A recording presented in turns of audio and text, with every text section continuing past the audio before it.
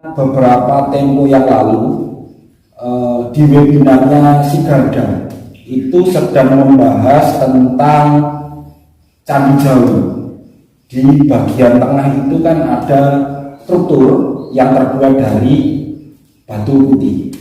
Nah, konon kabarnya para ahli menyatakan bahwa batu putih itu berasal dari Madura dan Bojonegoro. Saya mencoba bukan mengkritik, tapi kita atau kami itu mencoba untuk menambah khasanah berpikir dalam mengembangkan analisa tentang cagar budaya. Nah, kalau ada kata batu putih itu diambil dari Madura atau mungkin diambil di Bojonegoro, saya ingin mencoba menarik kembali ke belakang bahwa pada saat itu Candi Jawi itu kan posisinya hancur karena kesambar petir. Oke. Sebelum kalian tonton video ini, alangkah baiknya kalian like, komen, share, dan subscribe agar kami lebih semangat dalam berkarya. Jadi Candi Jawi itu hancur karena kesambar petir. Terus kemudian Gajah Mada melakukan perjalanan dan melakukan renovasi. Nah, yang perlu digarisbawahi adalah Gajah Mada, tokoh Gajah Madanya ya. Artinya ketika tokoh Gajah Mada melakukan perjalanan atau kemudian merenovasi situs Candi Jawi itu pada era siapa? Di eranya Hayam Wuruk. Nah, ini kita mencoba menganalisa ngawur aja mas. Analisa ngawur versi kami. Nah, Gajah Mada pada waktu itu melakukan renovasi pada waktu pemerintahannya Hayam Wuruk. Nah, kita kembali kepada topik tadi bahwa Candi Jawi direkonstruksi dengan batu putih yang diambil dari Madura atau Bojonegoro. Oke, kita mencoba untuk berpikir lihat karena kita bukan ahli, kita juga bukan lulusan sejarah. Saya kuliah aja DO ya, begitu ya guys. Nah, kita hari ini mencoba menganalisa liar aja. Nah, kalau andai kata diambil dari batu putih atau Bojonegoro, ada nggak tempat di sana yang di masa lalu digunakan sebagai tambang atau penambangan yang kemudian ada angka tahun atau ada bukti-bukti lainnya?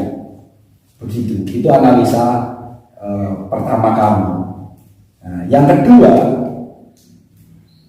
Leran ini dikenal sebagai daerah penghasil kumbung atau batu bata putih terbaik di Tuban karena kualitas batunya, tingkat kekerasan dan lain sebagainya itu paling bagus ya Mas Indra.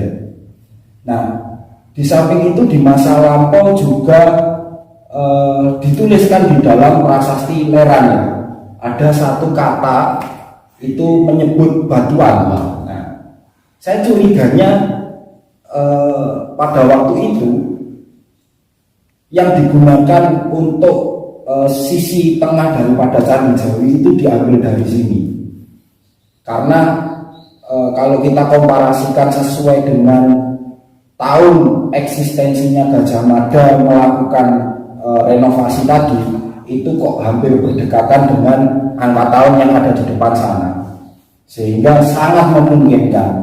Karena di daerah dua tadi, di Madura, di Batu Putih atau Bojonegoro, itu sepanjang yang saya tahu ketika saya mendalami tentang sejarah, itu belum pernah saya melihat tempat seperti ini, baik di Madura ataupun di Bojonegoro, yang dilengkapi pula dengan adanya angka tahun atau simbol-simbol eksistensi pada waktu itu. Jadi ini adalah analisa ngawur kita Mas Saudara. Anggaplah apa yang kita sampaikan itu tadi salah, sehingga apa yang diulas oleh para senior atau para pakar itu menjadi benar.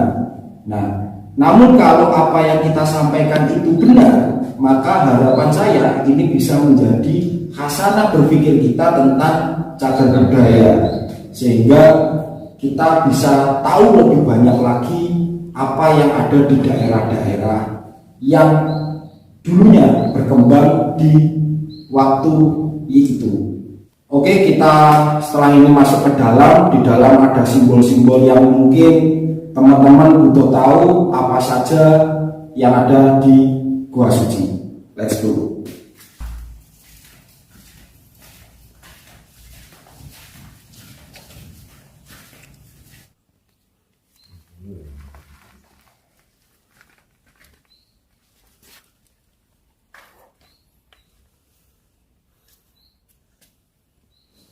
Nah, di sebelah situ itu terdapat simbol atau ukiran atau relief bergambarkan manusia bertekes yang konon itu adalah termasuk manusia Panji. Nah, di mana Panji ini berkembangnya ya juga pada masa Majapahit atau eranya Hayam Wuruk. Nah, lebih detailnya saya tampilkan di sebelah sini. Nah, ini relief manusia bertekes atau manusia Panji. Nah, bisa disaksikan teman-teman detailnya seperti ini.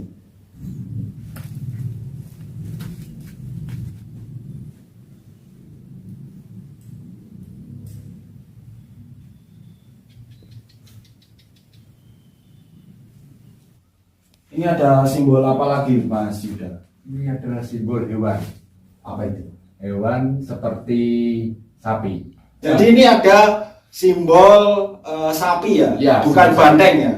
Ya, kalau di negara Kertagama disebutkan andaka, kalau diterjemahkan Indonesianya adalah sapi bertanduk atau banteng putih. Gitu. Oke, itu guys.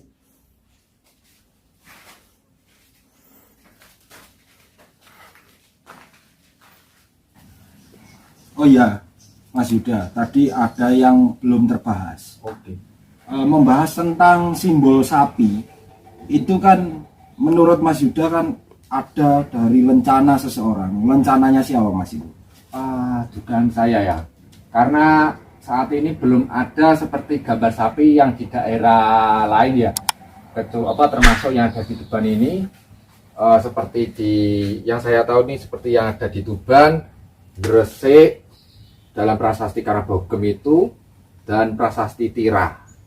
Nah, dugaan saya itu mungkin lancana dari masa-masa Hayam Wuruk, atau juga karena di negara Kertagama juga menyebutkan bahwa rombongan saat itu dari Bre Lasem, Bre Pajang, Daha, dan lain-lain itu ketika mengunjungi tempat-tempat suci itu dalam Pupuh 18 bersimbol keretanya bersimbol sapi, andaka tadi yang saya sebutkan, terus yang berpajang matahari dan lain-lain tadi yang saya tahu itu saja. Kemungkinan dugaan saya itu karena Tuban sendiri wilayah terletak di wilayah pesisir, kemungkinan saat itu juga Tuban itu masuk wilayah Bre Lasem. Hingga saat itu kan masih juga di Gresik kan ada prasasti Karabogem itu yang masa-masa di eranya Hayam Wuruk. Oh, oke. Jadi Tuban itu pada waktu pemerintahan Hayam Wuruk masuk satu administrasi dengan Lasem yang pada saat itu dipimpin oleh Bre Lasem. Dan diduga simbol daripada sapi tadi atau banteng putih tadi adalah lancana dari Bre Lasem. Oke, masih dugaan saya. Siap. Lanjut.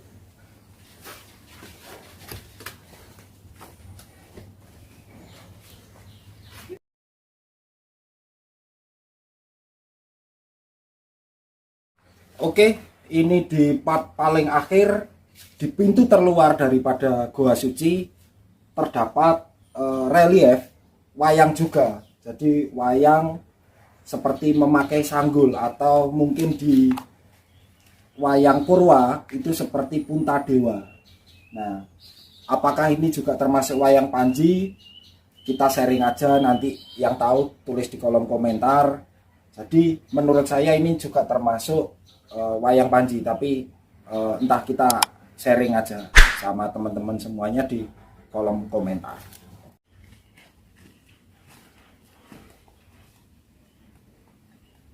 Ini yang saya bahas di dalam bersama Mas Yuda tadi, bahwasanya lokasi daripada Goa Suci ini masih aktif digunakan penambangan sampai saat ini.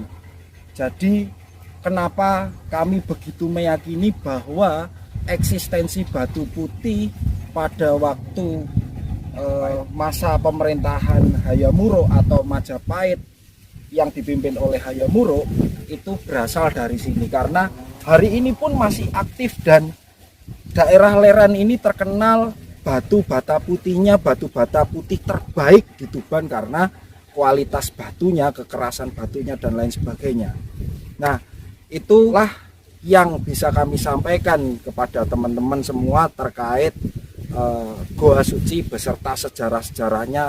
Kami tidak selalu benar, jadi kami sangat berharap untuk bisa sharing bersama teman-teman semua. Kalau kami ada kesalahan silahkan tulis di kolom komentar, karena ini untuk menambah khasanah berpikir kita terkait sejarah kita, budaya kita, adat kita, dan itu untuk masa depan bangsa. Sekian dulu, saya Satria Angga bersama Prayuda. Salam Budaya.